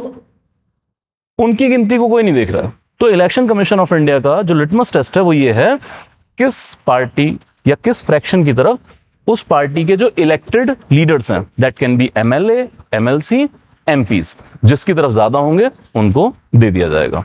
इस जंग में एकनाथ शिंदे की तरफ ज्यादा थे, उनको पार्टी सिंबल एलोकेट कर दिया गया था।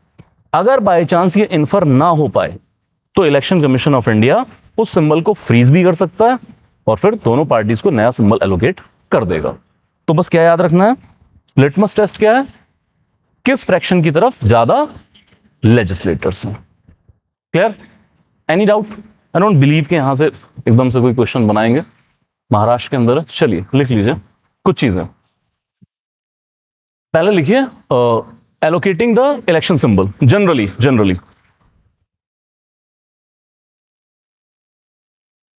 देखो होता क्या, इलेक्शन कमीशन ऑफ इंडिया ने बहुत सारे इलेक्शन सिंबल्स लिस्ट किए होते हैं। अब मान लीजिए कोई भी पॉलिटिकल पार्टी, आपकी पॉलिटिकल पार्टी है, तो आपसे ये कहा जाएगा ये हमारी लिस्ट रही और इनमें से कोई 3 इलेक्शन सिंबल आप अपनी प्रेफरेंस हमें बता दीजिए। तो आप कोई 3 प्रेफरेंस हमें बताएंगे और उन 3 प्रेफरेंस में से इलेक्शन कमीशन ऑफ इंडिया आपको वो सिंबल एलोकेट कर देगा। यूपीएससी की ऑप्शनल की लिस्ट है, वो कहते हैं, पहले कहते थे 2 चुन लो, अब कहते हैं 1 चुन लो। पंजाब कहता है बिल्कुल ही मत चुनो। तो ऐसे ही क्या होता है, फ्री इलेक्शन सिंबल, जैसे जो पार्टी के लिए रिजर्व है, जैसे हम अभी कह रहे थे कि नेशनल पार्टी के लिए तो रिजर्व हो जाता है वो, तो और कोई पार्टी यूज नहीं करेगी। तो कुछ फ्री इलेक्शन सिंबल्स होंगे, उनमें से आप कोई 3 प्रेफर करके दीजिए, उसमें से एक आपको एलोकेट कर दिया जाएगा। यह है general system. Please do right. Party, candidate, party और कैंडिडेट, जैसे इंडिपेंडेंट है, पार्टी और candidate has to provide a list of 3 symbols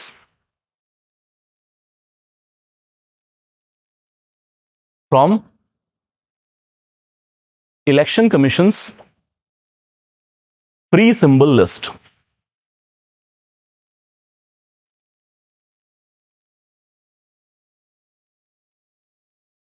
It is allocated on first come first serve basis. First come first serve basis.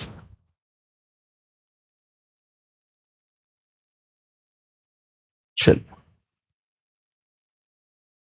Further, in case of different fractions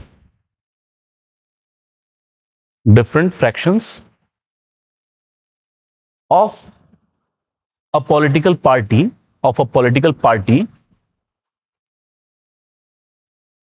claiming the same election symbol,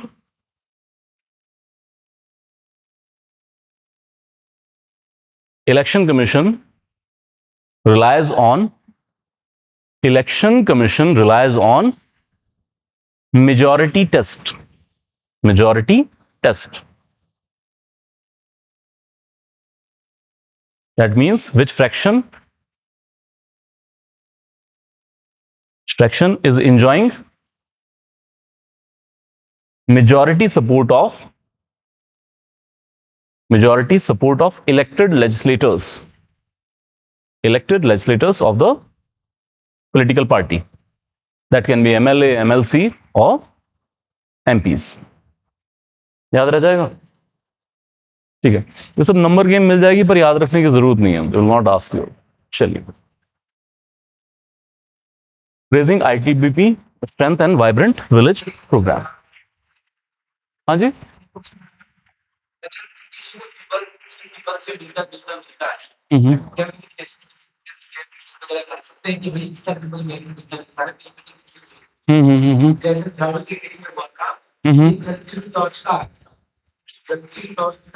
अच्छा, झाड़ू कितना दिखती थी? Exactly. कर सकते हैं sir आप election commission के सामने petition, but final call will be taken by the election commission. कर सकते हैं क्या? चलिए, ओके. रेजिंग ITBP स्ट्रेंथ और साथ में vibrant village programme. More important is vibrant village programme. Please do write. ITBP, Indo Tibetan border police. क्या है ITBP गेम? 1962 डिबैकल के बाद हमें ये लगा इंडो चाइनीज बॉर्डर को प्रोटेक्ट करने के लिए हमारे पास एक स्पेशल फोर्स होनी चाहिए, क्योंकि टेरेन डिफरेंट है और यहां पर बॉर्डर को प्रोटेक्ट करने के लिए आपको फोर्सेस को स्पेशली ट्रेन करना पड़ेगा. So we raised Indo Tibetan border police. तो ओरिजिनल मैंडेट तो ये था कि आप इंडो-सीनो बॉर्डर को प्रोटेक्ट करेंगे. लेटर ऑन, जैसे हम हर फोर्स के साथ काम करते हैं, that each and every duty is been allocated. So they are being utilized in like law and order problem. जैसे अभी जो लास्ट किसान प्रोटेस्ट हुआ था शंभू बॉर्डर के ऊपर, तो जैसे ही वो प्रोटेस्ट अनाउंस किया गया था, हरियाणा गवर्नमेंट ने 8 बटालियन ITBP की कॉल की थी. सेंटर को कहा यार हमें सेंटर फोर्स दे दीजिए, तो सेंटर ने किसको एलोकेट किया? CRPF को नहीं भेजा था, ITBP को भेज दिया था. तो इस तरह की प्रॉब्लम में इन्वॉल्व है. मोर ओवर ANO में भी इन्वॉल्व है, एंटी नक्सल ऑपरेशंस. तो रायगढ़, छत्तीसगढ़, बहुत सारी जगह पोस्टिंग की जा चुकी है. लेकिन एक इंपॉर्टेंट काम जो कराया जा रहा है ITBP से, दैट इज डिजास्टर मैनेजमेंट. तो नेशनल डिजास्टर मैनेजमेंट फोर्स भी हमारे पास, NDRF.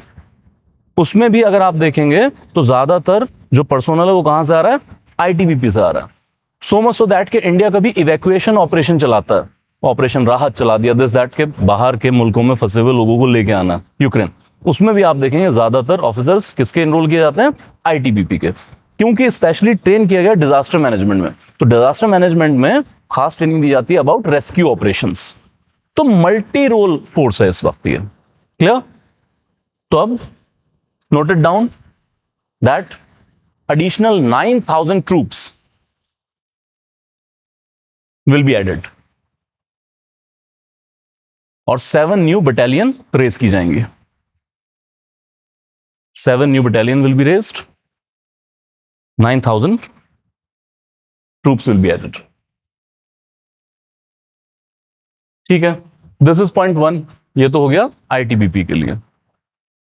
Then what is vibrant village programme? So एक तो लिख लीजिए, टोटल एलोकेशन 4,800 करोड़.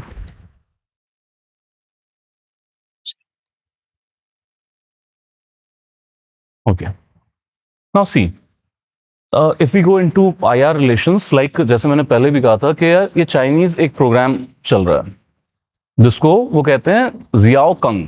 ऐसे मुझे कंग समझ में आ रहा है वो कुछ और प्रोनाउंस करते होंगे. यू कैन स्पेल X, ये कहीं बॉक्स में लिख लीजिएगा अलग से, just information, do not use in your examination. XIAOKANG, Xiao Kang. I don't know how they pronounce, which means moderate prosperity. Moderate prosperity. These are the development of dual use villages. Dual use villages.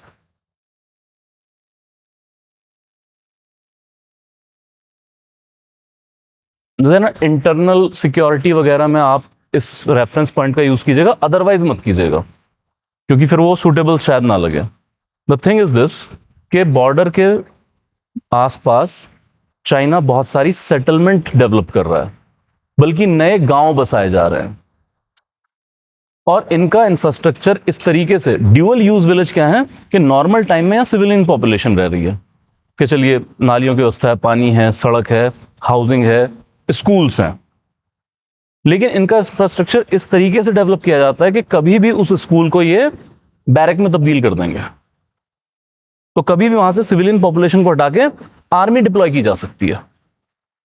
जो schools के playground हैं उनको aircraft के landing के लिए use कर सकते हैं. इंफ्रास्ट्रक्चर स्पेशली डेवलप कर रहे हैं. क्लियर है यहां तक? And that is the fact. तो अब इंडिया, अब मैं ये नहीं कह रहा हूं कि हम पेपर में इस तरह लिखें कि इसका जवाब देने के लिए लेके आए. तो इंडिया का प्रपोजल ये है कि यार हम तो अपने फॉरवर्ड एरिया के अंदर जो भी लोग रह रहे हैं उनको ईज ऑफ लिविंग प्रोवाइड करने के लिए वाइब्रेंट विलेज प्रोग्राम लेके आ रहे हैं. तो हम भी क्या करेंगे, जो बॉर्डर के आसपास गांव हैं उनका इंफ्रास्ट्रक्चर डेवलप करने का काम करेंगे. Game clear? लिखिए दैट. यहां से ठीक है, आईटीबीपी क्लियर कर लीजिएगा. It was announced in 2022 budget. Importantly it covers Himachal Pradesh, Uttarakhand, Arunachal Pradesh, Sikkim and Ladakh.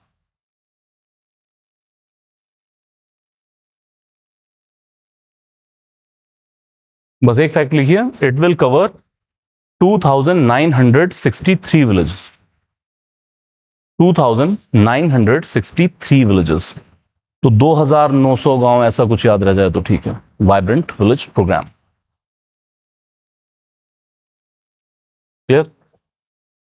एक इंपॉर्टेंट पॉइंट लिखिए, शिंकुला टनल.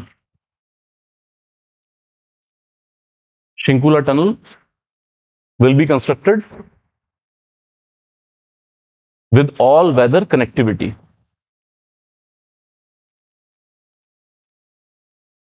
Which connects, थोड़ी देर बस जितना मैं डिक्टेट कर रहा हूं वो लिखिए. Which connects Himachal Pradesh Lahaul valley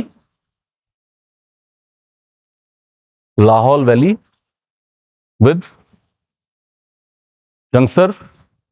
Jungsar Valley in Ladakh. Jungsar Valley in Ladakh.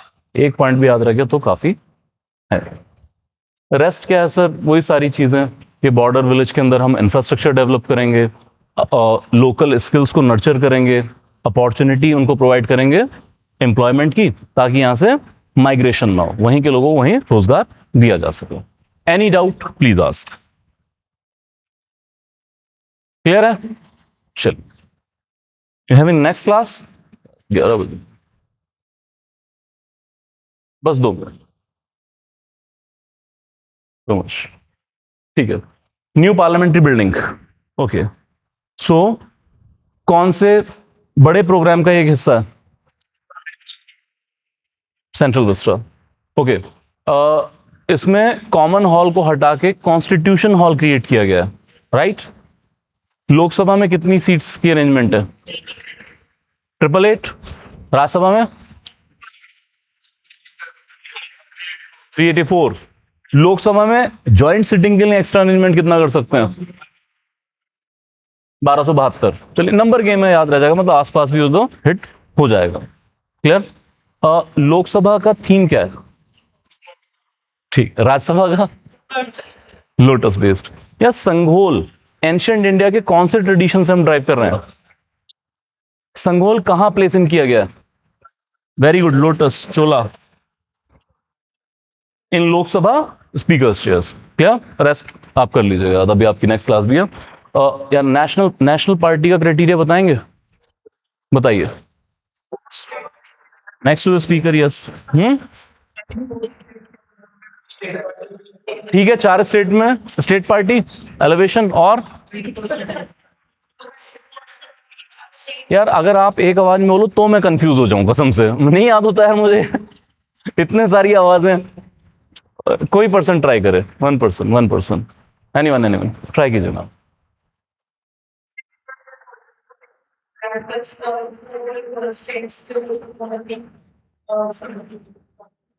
छह परसेंट वोट 4 राज्यों चो ते 4 MP, सही कह रहा हूं मैं? चलिए ठीक है ठीक है ठीक है ठीक है। और आखिरी वाला तीसरा,